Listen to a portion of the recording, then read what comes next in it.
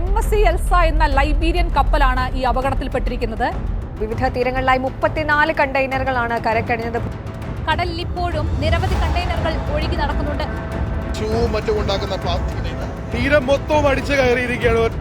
ഈ സാധനം കണ്ടാലും മീനിന്റെ മുട്ടയെന്ന് പറഞ്ഞ് മറ്റ് മീനുകൾ കഴിക്കാൻ സാധ്യതയുണ്ട്. അപകടകരമായ രാസപദാർത്ഥങ്ങളുമായി വന്നടയുന്ന കണ്ടെയ്നറുകൾ എങ്ങനെ സുരക്ഷിതമായി കൈകാര്യം ചെയ്യുമെന്ന കാര്യത്തിൽ ഇപ്പോഴും ആശങ്കയുണ്ട്. എല്ലാ പ്രിയപ്പെട്ടവർക്കും നമസ്കാരം. ഇന്റർവ്യൂ റൂമിലേക്ക് സ്വാഗതം. ഇന്ന് നമ്മുടെ കൂടി എത്തിയിരിക്കുന്നത് ആലപ്പുഴ ജില്ലയിൽ നിന്നുള്ള പരിസ്ഥിതി പ്രവർത്തകനാണ്. ഗ്രീൻ റൂട്ട്സ് നേച്ചർ കൺസർവേഷൻ എന്ന ഒരു NGO കഴിഞ്ഞ 12 വർഷമായി ആലപ്പുഴ തീരദേശ മേഖലയിൽ കടലാമ സംരക്ഷണവുമായി ബന്ധപ്പെട്ട് പ്രവർത്തിക്കുന്ന സംഘടനയാണ്. അത് ഏക സംഘടനയാണ്. ഈ സംഘടനയുടെ സെക്രട്ടറിയാണ്. ഈ വിഷയങ്ങളിൽ അതീവ ഗ്രാഹ്യമുള്ള വ്യക്തിയാണ്. സർ, നമസ്കാരം. നമസ്കാരം.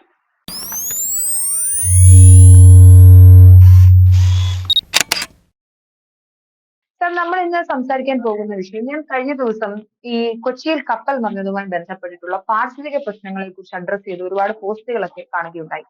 ചിലതൊക്കെ ഈ പറഞ്ഞതുപോലെ കുറച്ചൊക്കെ അതിശയോക്തി ഉള്ളതാണ്. ചില വിഷയങ്ങൾ പക്ഷേ അത്ര ഗൗരവത്തിൽ ആരും എടുത്തിട്ടുമില്ല. അങ്ങനെ ഒന്നായിരുന്നു ഈ നമ്മുടെ പ്രത്യേകിച്ച് തിരുവനന്തപുരം വർക്കല തീരപ്രദേശങ്ങളിലേക്ക് ഈ പ്ലാസ്റ്റിക് ഗ്രാനുൾസ് അടിഞ്ഞതുമായി ബന്ധപ്പെട്ടിട്ടുള്ള വിഷയത്തിൽ ആശങ്കപ്പെടേണ്ട സാഹചര്യമില്ല എന്ന തരത്തിലാണ് പത്രമാധ്യമങ്ങളെല്ലാം റിപ്പോർട്ട് ചെയ്തത്. എന്നാൽ ഏറ്റവും അധികം ആശങ്കപ്പെടേണ്ട സാഹചര്യം ഇതാണ് എന്ന് പറയുന്ന താങ്കളുടെ ഉൾപ്പെടെയുള്ള ആളുകളുടെ സോഷ്യൽ മീഡിയ പോസ്റ്റുകൾ ഞാൻ കാണുന്നു. സാർ, എന്താണ് ഇതിൽ ഇത്ര പ്രശ്നമായുള്ളത്? അങ്ങനെ ഒരു ആശങ്കപ്പെടേണ്ട എന്ത് കാര്യമാണ്? കാര്യം ആളുകളെ സംബന്ധിച്ചിടത്തോളം ഇത് വലിയ പ്രശ്നമില്ല. ബിക്കോസ് നമ്മൾ കുറച്ചധികം ഇന്ധന ചോർച്ചയും അതുപോലെ കുറച്ച് രാസവസ്തുക്കളും ഒക്കെ എക്സ്പെക്ട് ചെയ്തിരുന്നത് പ്ലാസ്റ്റിക് ഗ്രാനുൾസ് മാത്രമേ ഉള്ളൂ എന്ന് പറയുന്നതാണ് നമ്മൾ ആശ്വാസമായി കണ്ടത്. എന്നാൽ താങ്കളെ പോലുള്ള ആളുകൾ അങ്ങനെയല്ല പറയുന്നത്. അതിന്റെ പ്രത്യാഘാതം എന്തൊക്കെയാണ്? എന്താണ് പ്രശ്നം? നമുക്ക് പ്രധാനമായിട്ടും നമുക്ക് ഒരു വിഷയത്തിലേക്ക് ഉണ്ട്. പ്ലാസ്റ്റിക് സാധാരണഗതിക്ക് നമ്മൾ മൈക്രോ പ്ലാസ്റ്റിക്കുകളെ പറ്റിയൊക്കെ നമ്മൾ കേട്ടിട്ടുണ്ടാവും. പ്ലാസ്റ്റിക് നമ്മുടെ ദൈനംദിന ജീവിതത്തിൽ ഒഴിച്ചുകൂടാനാവാത്ത ഒരു വസ്തുവായി മാറിയിട്ടുമുണ്ട്.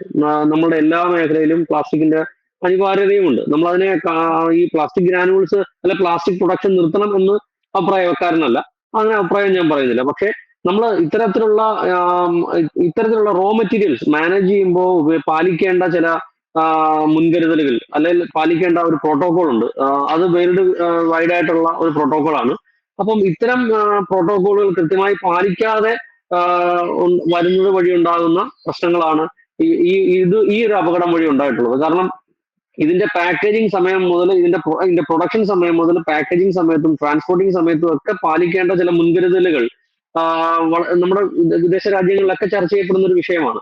ഇത്തരം പ്ലാസ്റ്റിക് ഗ്രാനുൾസിനെ നർബിൽസ് എന്നാണ് പറയുന്നത്. അപ്പൊ ഇത്തരം നർബിൽസ് വഴി ഉണ്ടാകുന്ന പാരിസ്ഥിതിക ആഘാതം വളരെ വലുതാണ്. അത് നമ്മൾ ആത്യന്തികമായി ഇതിന്റെ ദുരന്തം അനുഭവിക്കുന്നത് നമ്മൾ മനുഷ്യർ തന്നെയാണ്. കാരണം നമ്മൾ കടലിലെ മത്സ്യങ്ങളിൽ നിന്ന് മത്സ്യങ്ങളെ ഉപഭോഗമായി അല്ല മത്സ്യങ്ങളെ ഒരു പ്രധാന ആഹാരമായിട്ട് ഉപയോഗിക്കുന്ന മനുഷ്യരാണ് നമ്മൾ.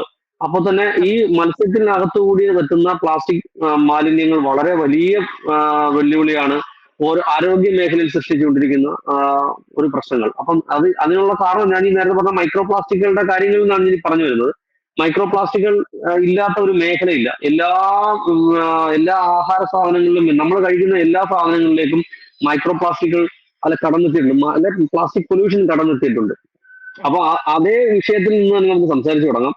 ഇത് പ്ലാസ്റ്റിക് ഗ്രാനുൾസ് എന്ന് പറയുമ്പോൾ വളരെ 5 mm 4 mm ഒക്കെ വരുന്ന സൈസിലുള്ള പ്ലാസ്റ്റിക് വളരെ തീരെ ചെറിയ ഗ്രാനുൾസ് ആണ്. അപ്പം ഇത്രയും ചെറിയ ഗ്രാനുൾസ് ഉള്ള സാധനം അത് ഒരു ബാഗിനകത്ത് കോടിക്കണക്കിന് ഗ്രാനുൾസ് ആണ് ഒരു ബാഗിനകത്ത് ഉണ്ടാവുക. ഈ ഗ്രാനുൾസ് പൊട്ടിക്കഴിയുമ്പോൾ ഇത് സംഭവിക്കുന്ന പ്രശ്നം വെച്ചാല് ഇതിപ്പോ പൊട്ടുന്നു. അപ്പൊ നമ്മൾ ഇത് ബാഗ് പൊട്ടിപ്പോയതാണ് നമുക്ക് പറ്റിയ ഏറ്റവും വലിയ വെല്ലുവിളി. ചലഞ്ചിങ് എവിടെയാണ്? ഇത് ഞാനിപ്പോ റെഫർ ചെയ്തപ്പോൾ വായിച്ചപ്പോൾ മനസ്സിലാക്കാൻ കഴിഞ്ഞത് ഇന്ത്യയിലെ തന്നെ ആദ്യത്തെ ഒരു ഇഷ്യൂ ആണ്. നമ്മുടെ തീരത്ത് തന്നെ സംഭവിച്ചു എന്നുള്ളതാണ് ഇതിനകത്ത് ഏറ്റവും വലിയ സങ്കടകരമായ അവസ്ഥ. നമ്മുടെ ഇന്ത്യയിൽ ഫസ്റ്റ് ടൈമാണ് ഇത്തരത്തിലുള്ള പ്ലാസ്റ്റിക് ഗ്രാനുൾസ് തകർന്ന് കടലിൽ പരക്കുന്ന ഒരു സാഹചര്യം ഉണ്ടായിട്ടുള്ളത്.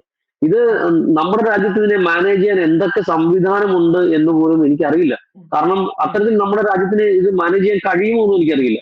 ഇത് നമുക്ക് ഒരു പ്ലാസ്റ്റിക് കവർ ആണെങ്കിൽ നമുക്കൊരു കൈകൊണ്ട് പെറുക്കി മാറ്റാം. ഇത് കുഞ്ഞു കുഞ്ഞു തരികളെ നമ്മളെ മണൽത്തരികളോടൊപ്പം ചേർന്ന് കിടക്കുന്ന ഈ തരികളെ കൺവെർട്ട് ചെയ്ത് മാറ്റിയെടുക്കുക എന്ന് പറയുന്നത് ഭയങ്കര ചലഞ്ചിങ് ആയ ഭയങ്കര ശ്രമകരമായ ഒരു ജോലിയാണെന്നാണ് എനിക്ക് പറയാനുള്ളത്. ഒരു ദിവസം കൊണ്ടോ 2 ദിവസം കൊണ്ടോ ഒന്നും നമുക്ക് ഇതിന്റെ പ്രതിവിധി കണ്ടെത്താൻ കഴിയില്ല. ഇതിന്റെ ഏറ്റവും വലിയ പ്രശ്നം, ഞാൻ അതിന് ആ പ്രശ്നത്തിലേക്ക് വരാം.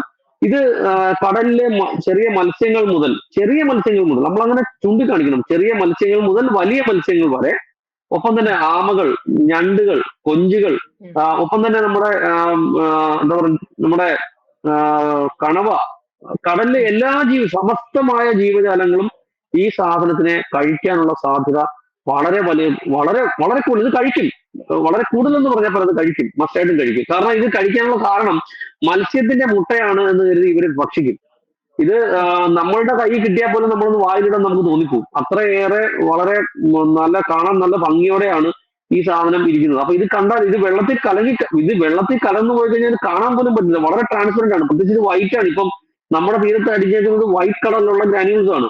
ഇത് മണ്ണുമായിട്ട് കലർന്നു കഴിഞ്ഞാൽ എങ്ങനെ നമുക്ക് ഇത് തിരിച്ചറിയാൻ കഴിയും? പക്ഷെ ഇത് പൊട്ടാത്ത ചാക്കുകൾ എടുത്തു മാറ്റാൻ ആ തദ്ദേശീയരായ എൻ്റെ ഒരു സുഹൃത്ത് അജിത് ശംഖുമുഖം ഇതിന്റെ ഒരു വീഡിയോ പോസ്റ്റ് ചെയ്തിരുന്നു, ലൈവ് പോസ്റ്റ് ചെയ്തിരുന്നു. പക്ഷെ ഞങ്ങള് സുഹൃത്തുക്കൾ ഈ വിഷയം ചർച്ച ചെയ്യുന്ന സമയത്ത് അദ്ദേഹത്തിന്റെ ലൈവ് ഞാൻ കാണുന്നത്. പക്ഷെ ഞാൻ അദ്ദേഹത്തോട് പറഞ്ഞതും പ്രകാരം അദ്ദേഹം പൊട്ടാത്ത ബാഗുകൾ, ആ തീരദേശവാസികളുടെ സഹായത്തോടെ പൊട്ടാത്ത ബാഗുകൾ ശംഖുമുഖത്തിന്റെ പല മേഖലകളിൽ നിന്ന് അവർ കളക്ട് ചെയ്ത് മാറ്റി. പക്ഷെ ഈ പൊട്ടിക്കിടക്കുന്ന ഈ സാധനത്തിന് നമുക്ക് എന്ത് ചെയ്യാൻ കഴിയും എന്നുള്ളതാണ് ഇതിനകത്തിൽ എന്റെ ആശങ്ക. ഇതിനകത്തില് മലിനീകരണ നിയന്ത്രണ ബോർഡ്, ഞാൻ നമ്മുടെ ബഹുമാനപ്പെട്ട ബിജുകുമാർ സാറിനെ, അക്വാട്ടിക് ബയോളജിയുടെ HOD ആണ് അദ്ദേഹത്തെ, കേരള യൂണിവേഴ്സിറ്റിയുടെ അക്വാട്ടിക് ബയോളജി HOD ആണ്. എന്റെ ആശങ്ക അറിയിക്കാനായി ഞാൻ അദ്ദേഹത്തെ വിളിച്ചപ്പോൾ സാറും ഈ വിഷയത്തിൽ സാറ് നേരിട്ട് ഇടപെട്ടു. സാറ് മലിനീകരണ നിയന്ത്രണ ബോർഡിനെ ബന്ധപ്പെട്ടപ്പോ അവർ പറഞ്ഞത് ഇതൊരു പ്രശ്നമേ അല്ലെന്നാണ് പറയുന്നത്. വളരെ ലാഘവ ബുദ്ധിയോടെയാണ് ഇതിനെ കാണുന്നത്. ഇതൊരു മലിനീകരണ പ്രശ്നമല്ല, ഇത് സിമ്പിൾ എന്ന രീതിയിലാണ് അവർ കാണുന്നത്. അവർക്ക് ഇതിനേക്കാൾ വലിയ വലിയ പ്രശ്നങ്ങളായിട്ടാണ് മുന്നിൽ കാണുന്നത്. പക്ഷെ നമ്മളിതിന്റെ നമ്മൾ ലോങ് ടൈമിൽ ഇതിന്റെ ദുരന്തത്തെ എടുത്ത് നോക്കിക്കഴിഞ്ഞാൽ ഇത് നമ്മളിലേക്ക് തന്നെയാണ് എത്താൻ പോകുന്നത്. ഇതിന്റെ ദുരിതം നമ്മളിലേക്ക് തന്നെ എത്താൻ പോകുന്നത്. നമ്മള് ഇപ്പൊ ഇത് ഞാൻ നേരത്തെ പറഞ്ഞു, മത്സ്യങ്ങൾ കഴിക്കും. ഈ മത്സ്യങ്ങൾ കഴിക്കുമ്പോൾ സംഭവിക്കുന്നത് എന്താണ്? അവരുടെ ദഹന വ്യവസ്ഥ തന്നെ തകരാറിലാകും. ദഹന വ്യവസ്ഥ തകരാറിലാകുകയും അവർ മരണമടയുകയും ചെയ്യും. അപ്പം കോടിക്കണക്കിന് ജീവജാലങ്ങൾക്ക് നാശം സംഭവിക്കാൻ പോവുകയാണ്. നമ്മളതിനെ വളരെ സില്ലിയായിട്ടാണ് കാണുന്നത് ഇപ്പോഴും. ഈ കോടിക്കണക്കിന് ജീവജാലങ്ങളിൽ നല്ലൊരു ശതമാനവും നമ്മുടെ പ്രധാന വരുമാനമാകേണ്ട, അല്ലെങ്കിൽ നമ്മുടെ ആഹാരമാകേണ്ട ഒരു വസ്തുവാണ് നമ്മൾ ഇല്ലാതാക്കാൻ പോകുന്നത്. അപ്പോ ഇതെന്തായാലും ഡൈജസ്റ്റീവ് ആകുന്ന ഒരു സാധനമല്ല, പ്ലാസ്റ്റിക് ആണ്, നമുക്ക് മനസ്സിലാക്കാൻ കഴിയും. പക്ഷെ ഈ പ്ലാസ്റ്റിക്കിൽ ഇതിനകത്തിന് കുറെ ഡീറ്റെയിൽ ആയിട്ട് സംസാരിക്കാനുണ്ട്. അതിന്റെ ഞാനൊന്ന് എടുത്തു വെച്ചിട്ടുണ്ട്. PCB, അതിന്റെ കുറെ കാര്യങ്ങൾ എന്ന് പറയുന്നുണ്ട്. ഇപ്പം നിലവിലെ നമുക്കിപ്പം LDPE, low density polyethylene, HDPE, high density polyethylene, ഇങ്ങനെയുള്ള സാധനങ്ങളാണ്. ഈ ലോ ഡെൻസിറ്റി പോളിയെത്തിലിൻ നമുക്ക് അതിനെ പുനരുപയോഗിക്കാൻ പോലും പാടാണെന്നാണ് അതിൽ സൂചിപ്പിക്കുന്നത്. അപ്പൊ ഹൈ ഡെൻസിറ്റി പോളിയെത്തിലാണെങ്കിൽ നമുക്ക് അതിനെ പ്രോസസ് ചെയ്തും വേറെന്തെങ്കിലും പാർട്ടാക്കി മാറ്റാം. പക്ഷെ ഇത് ഇപ്പൊ അടിയന്തര പ്രാധാന്യമായി ചെയ്യേണ്ടിയിരിക്കുന്നത് ആ തീരത്ത് അടിഞ്ഞുകൂടിയേക്കുന്ന ഇത്തരത്തിലുള്ള ഗ്രാനുൾസ് ഉണ്ട്. അത് ചില സ്ഥലങ്ങളിൽ വളരെ തിക്കായിട്ട് കൂടിയിട്ടുണ്ട്. ആ കൂടിയേക്കുന്ന സാധനങ്ങളെ അടിയന്തരമായി, ഇതൊക്കെ വളരെ ഫാസ്റ്റ് ആയിട്ട് ഇന്നലെ ചെയ്യേണ്ട കാര്യം ഇന്നലെ ചെയ്യണം. ഇനി 10 ദിവസം കഴിഞ്ഞിട്ട് കാര്യമൊന്നുമില്ല. അപ്പം ആ സാധനം എത്രയും വേഗം കളക്ട് ചെയ്ത് തീരത്തടിഞ്ഞത് വളരെ കുറച്ചായിരിക്കുമല്ലോ. ഇതിന്റെ വലിയ അങ്ങനല്ല, ഹ്യൂജ് എമൗണ്ട് കടലിൽ ഇപ്പോൾ തന്നെ പോയിട്ടുണ്ടാവില്ലേ? പിന്നെ കടലിൽ നിന്ന് തിര അടിക്കുമ്പോ ഈ തിരയുടെ ശബ്ദം പോലും കിലുകിലാന്നാ കിലുങ്ങുന്നത്. ഈ ഗ്രാനുൾസ് ചേർന്നിട്ടുള്ള ആ ശബ്ദം നമുക്ക് കേൾക്കാം ആ വീഡിയോയിൽ. അപ്പൊ അത്രയേറെ ഇത് അവിടെ സ്പ്രെഡായി കഴിഞ്ഞു. അപ്പം ഇനി ഇതിന്റെ അടിയന്തര പ്രാധാന്യത്തോടെ ഇടപെടേണ്ട ഒന്നാണെന്നും ഇതിനകത്ത് പറയുന്നുണ്ട്. ഇത് ലോകവ്യാപകമായി ഇതിന്റെ പ്രശ്നങ്ങൾ ഉണ്ടാകുന്നുണ്ട്. പല രാജ്യങ്ങളിലും ഇത്തരത്തിലുള്ള പ്രശ്നങ്ങൾ സംഭവിക്കുന്നുണ്ട്. അതുപോലെ തന്നെ കടൽ പക്ഷികൾ ഇത് ഭക്ഷണമായിട്ട് കഴിച്ചു കഴിഞ്ഞാൽ ഇവരുടെ ഡൈജസ്റ്റീവ് പാർട്ടിൽ എടുത്തുകയും അവർ മരണമടയുകയും ചെയ്യും. അപ്പൊ അങ്ങനെ നിരവധി ജീവജാലങ്ങളെ ഇല്ലായ്മ ചെയ്യാൻ പോകുന്ന ഒന്നായി ഇത് മാറാൻ പോകുന്നു. അത് മാത്രമല്ല, ഇനി ഇത് കഴിച്ച മത്സ്യങ്ങളിലേക്ക് എത്തുന്ന ഒരു സാഹചര്യം കൂടെ നമുക്ക് നോക്കാം. ഇത് മത്സ്യങ്ങളുടെ ശരീരത്തിലേക്ക് എത്തുന്നു. അത് നമ്മുടെ ദഹന വ്യവസ്ഥയുമായി ചേർന്ന് അത് ഡൈജസ്റ്റീവ് പാർട്ടായി എത്തുമ്പോൾ ഇതിൽ നിന്നൊരു കെമിക്കൽ റിയാക്ഷൻ ഉണ്ടാവുമല്ലോ. അങ്ങനെയാണല്ലോ നമ്മുടെ ശരീരം ഇതിനെ അബ്സോർബ് ചെയ്യുക. അപ്പം ഈ മത്സ്യത്തിന്റെ ശരീരത്തിലേക്ക് ഇത് അബ്സോർബ് ചെയ്യപ്പെടുകയും ഈ പ്ലാസ്റ്റിക്കുകൾ അബ്സോർബ് ചെയ്യപ്പെടുകയും അല്ലെ അതിനകത്തുള്ള കെമിക്കലുകൾ അബ്സോർബ് ചെയ്യപ്പെടുകയും ഈ മത്സ്യങ്ങളെ ലാസ്റ്റ് നമ്മൾ കഴിക്കേണ്ടി ചെയ്യുന്ന ഒരു സാഹചര്യം വരുമ്പോൾ നമ്മൾ ചിന്തിച്ച് എത്രമാത്രം അതിന്റെ ദുരന്തം നമ്മളിലേക്ക് എത്തുന്നു എന്ന് നമ്മൾ ചിന്തിച്ചു നോക്കി. ഇതിനെയാണ് ലാഘവ ബുദ്ധിയോടെ ഇവർ കാണുന്നത്. ഇത് ലാഘവ ബുദ്ധിയോടെ കാണേണ്ട കാര്യമല്ല. ലോകരാജ്യങ്ങളില് UAE പോലുള്ള രാജ്യങ്ങൾ ഇത്തരത്തിലുള്ള പ്ലാസ്റ്റിക് ഗ്രാനുൾസ് മണ്ണിൽ കിടന്നതിനെ കളക്ട് ചെയ്യാൻ വേണ്ടിയിട്ട് അവർ ഇവന്റുകൾ വരെ വെക്കുന്നുണ്ട്. അത്തരത്തിൽ ബുദ്ധിയുള്ള രാജ്യങ്ങളിലെ ഭരണാധികാരികൾ അതിന് കൃത്യമായി ഇടപെടൽ നടത്തിക്കൊണ്ടിരിക്കുകയാണ്. നമ്മളിപ്പോഴും ഇത് വെറും ചെറിയ പ്ലാസ്റ്റിക് പ്രശ്നമൊന്നും അല്ല എന്ന രീതിയിലാണ് കാണുന്നത്. ഇതൊരു മറ്റേ നമ്മുടെ അരിച്ചാക്ക് റോഡെ കമന്നു പോയ പോലെയാണ് സംസാരിക്കുന്നത്. അരിച്ചാക്ക് കമന്നു പോയ പോലെ അല്ല ഇത്. ആളുകൾ ഇത് കാണുമ്പോൾ ഇതിന്റെ ഒന്ന് നമ്മൾ ഇതിൽ അജ്ഞരാണ്. ആളുകൾ ഇത് കാണുമ്പോൾ ഈ വിഷയത്തെ കുറിച്ച് മനസ്സിലാകുന്നില്ല.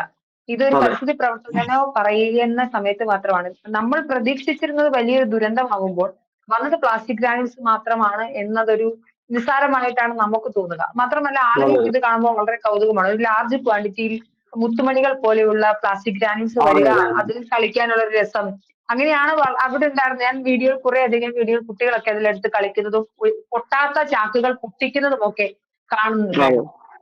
അപ്പം ഇത് സത്യത്തിൽ ഈ കരയിലെ ആവാസ വ്യവസ്ഥയും കൂടെ അല്ലേ ബാധിക്കുന്നത്? അതെ, കരയിലെ ആവാസ വ്യവസ്ഥയെ മൊത്തത്തിൽ ബാധിക്കുകയാണ്. ഒരു കടലിനെ മാത്രമല്ല, കരയിലെ ആവാസ വ്യവസ്ഥയും ബാധിക്കുകയാണ്. നമ്മളിപ്പോ പ്ലാസ്റ്റിക് മലിനീകരണം പോലെ തന്നെ അതേപോലെ തന്നെ ഏത് സംഭവിക്കുന്ന വേറൊരു പ്രശ്നം, ഇത് സമുദ്രജലവുമായി കലരുമ്പോ DDT പിന്നെ അങ്ങനെ കുറെ സാധനങ്ങൾ ഈ പ്ലാസ്റ്റിക്കുകൾ അബ്സോർബ് ചെയ്യുകയും ഇത് ശരിക്കും മറ്റ് കെമിക്കലുകൾ ഇതിനകത്തില്ലെന്നാണ് പറയുന്നത്. അത്ര അപകടകാരിയല്ലെന്നാണ് പറയുന്നത്. പക്ഷേ ഇത് നമ്മൾ പ്രോസസ്സിങ്, നമ്മൾ പ്ലാസ്റ്റിക് മെറ്റീരിയൽ ഉണ്ടാക്കാൻ ബക്കറ്റുകൾ, നമ്മുടെ ഓരോരോ പ്ലാസ്റ്റിക് മെറ്റീരിയലും ഉണ്ടാക്കാൻ ഉപയോഗിക്കുന്ന റോ മെറ്റീരിയലാണ്. നമ്മുടെ ഫുഡ് ഗ്രേഡിലൊക്കെ വരുന്ന പ്ലാസ്റ്റിക്കുകളൊക്കെ തന്നെയാണിത്.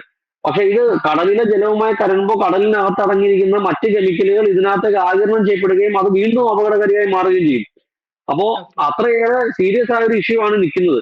അപ്പം ഇതിനകത്ത് ചെയ്യേണ്ടത് അടിയന്തര പ്രാധാന്യത്തോടെ ഈ ബീച്ച് ക്ലീനിങ് എത്രയും വേഗം ഇത് വൃത്തിയാക്കുന്നതിന് വേണ്ട ഇടപെടൽ. അതിപ്പം നമ്മുടെ മുഖ്യമന്ത്രി ഇപ്പൊ ഇന്നത്തെ വാർത്തകൾ ഞാൻ കണ്ടു.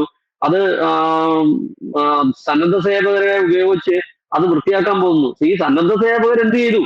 ഈ സന്നദ്ധ സേവകർ എന്ന് പറഞ്ഞാൽ അവനവന്റെ ജോലിയും കളഞ്ഞ് അവനവന്റെ ദൈനംദിനമായ പ്രവൃത്തികളെല്ലാം മാറ്റിവെച്ച് ഇതിനു വേണ്ടി ഇറങ്ങിത്തിരിച്ച് ഈ ഒരു പ്രവൃത്തിക്ക് ഇറങ്ങിത്തിരിക്കേണ്ട സാഹചര്യമാണ്. ഇത് ഉണ്ടാക്കിയത് ആരാണ്? ഈ ഇഷ്യൂ ഉണ്ടാക്കിയ കമ്പനിയാണ് ഇതിനു വേണ്ട ഉത്തരവാദിത്തം ഏറ്റെടുക്കേണ്ടത്. അതിനുവേണ്ട സാമ്പത്തിക ചെലവുകളും ഇത്തരത്തിലുള്ള പാരിസ്ഥിതിക ആഘാതത്തിനും ആ കമ്പനിയിൽ നിന്ന് പൈസ ഈടാക്കണം. ഇതുണ്ടായിരുന്ന വലിയ ഇഷ്യൂ ആണ്, ചെറിയ ഇഷ്യൂ അല്ല.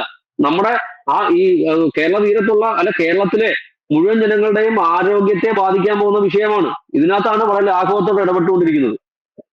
തീർച്ചയായിട്ടും എന്തായാലും വളരെയധികം ശ്രദ്ധിക്കേണ്ട ഒരു വിഷയമാണ് ഇത്. ഇത്തരത്തിലുള്ള നിങ്ങൾ പോലുള്ള പരിസ്ഥിതി പ്രവർത്തകർ ഇടപെടുകയും നമ്മളെപ്പോലുള്ള മാധ്യമ പ്രവർത്തകർ അത് പൊതുജന മധ്യത്തിൽ എത്തിക്കുകയും ചെയ്യുമ്പോൾ തീർച്ചയായും ഇതിൽ ഇടപെടൽ ഉണ്ടാകുമെന്ന് പ്രതീക്ഷിക്കാം.